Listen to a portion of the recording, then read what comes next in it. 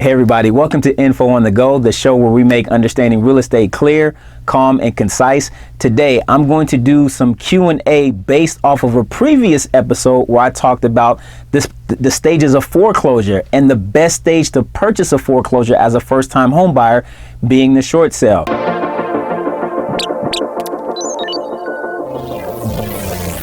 So one of the questions that I got was, hey, Dietrich, how do we come across short sales? There's a couple ways that you can do this. Number one is you can talk to a real estate agent. Typically, the person who's listing the short sale property should know the ins and outs and how to help you navigate through that. Also, real estate agents come across this information a lot of times, so talking to a licensed professional who has boots on the ground and ears to the street can help you figure out how certain deals are coming to the market before they may actually come onto the market.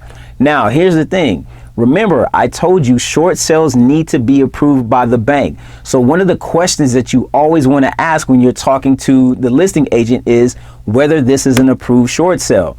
So if you if you do find a short sale, let's say you find a short sale for $400,000 and you love the place, you put in an offer, it's right in your budget. You submit the offer, the seller accepts, you think you're going to be in escrow at $400,000 as the price. Well, the bank still has to approve it. And when they get done running their numbers, they may come back and say, no, we're actually going to sell the house for $500,000.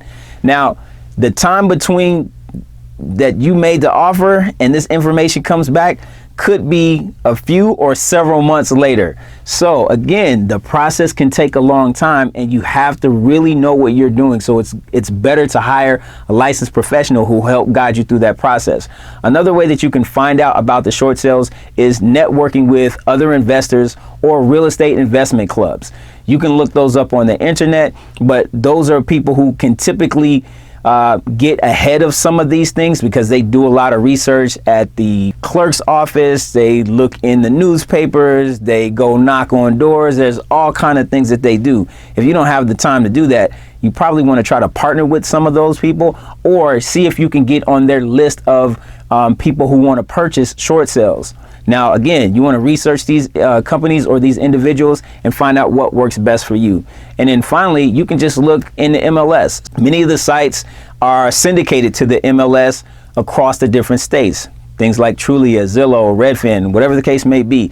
And oftentimes what you'll see in those listings are the words short sales. So when you're doing your filters and looking for properties, try putting in short sales and see what comes up. The next question I was asked was, Dietrich, can I just call B of A to inquire about their short sales? The quick and fast answer to that one is no, you can't.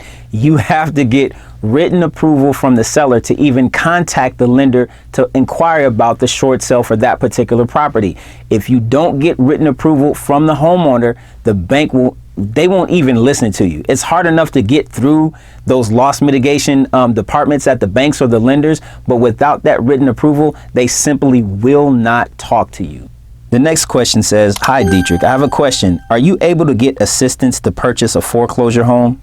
That's a great question. And yes, there are tons of resources available for first-time buyers to go out and purchase foreclosure homes, or any home for that matter, like the Neighborhood Assistance Corporation of America, or NACA for short. There's also CalHFA if you live in California. There are different programs all around the 50 states, and you just have to talk to someone in your state, preferably a lender, who will know all of the programs that are available in your state or even your local municipality. So some of these funds, because they're government backed, the funds typically don't stay there too long.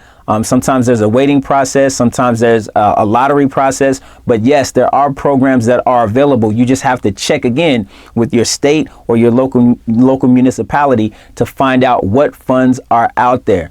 There are also loans through FHA, so you can get a 203K rehab loan if you do purchase a foreclosure that needs some work. The 203K rehab program will lend you money that can pay for some of the renovations to upgrade or restore that home, right? So again, there's all types of different ways that you can go about purchasing a foreclosure. You just have to be a little bit creative sometimes and really talk to people who are in the know about these programs so they can help guide you through them. Because while there are some pros with working some of these programs that offer little or no money down, no private mortgage insurance, and low interest rates. In fact, with NACA, you can buy down your interest rate, which is an awesome thing that you can do. But there are some hiccups to some of these programs as well. I won't get into those, but just as long as you know that there's programs out there, weigh the pros and cons, see which ones benefit you the most, and then you can make an informed decision. So another comment that I got was, thanks for this info, Dietrich. You seem to have good information, and I know I'm going to need your expertise on getting the best deal. Keep it coming. I would like to have a rough estimate of how much it would cost to renovate one of those houses that was trashed. Does it make sense to buy one of those and rebuild it from scratch? So that's a really good question. And the answer really depends on what you're trying to do with the house. Are you going to move into it and live in it? Are you going to use it as an investment property? The answer to the question that you asked is really difficult to answer because there's a lot of pieces that I don't know in terms of your strategy and what you want to do. Also, as it relates to how much capital you plan on investing in this. So for instance, if you level a house and rebuild it back, it might actually cost you more out of pocket to rebuild a house rather than to refurbish it or renovate it. So it really kind of depends on what you want to do. Do you have a lot of time where you can knock it down? Do you want to go through the red tape of going to the city and getting permits and all these different types of things that you're going to need to essentially construct a new building? So again, all types of different pieces of the equation, and not knowing kind of what you want to do is really tough for me to say. So I can't give you a definitive answer on whether it makes sense for you. We just really have to sit down and discuss what your strategy is, where you're at financially, and then see kind of what your timelines are and how those things mesh together so that we can come up with a solution that is the best for you. So there we are, answers to the questions you asked me based on the previous episode about short sales and foreclosures. Now, wherever you're at, and I don't know where you may be, you want to speak to a licensed real estate professional, an attorney. You probably want to talk to your CPA or your tax person. You may want to talk to an investor. So if you can get buddy with one, or you know one personally, sit down and pick their brain and ask them questions about some of the things that they go through, so that, again, you want to make an informed decision. And that's why I do this show. I want to provide you enough info so that when you go out, you can make the best decision for you. So if you like this content, please make sure you subscribe to the channel, ring that bell so that you're notified when I upload future editions of Info on the Go on YouTube.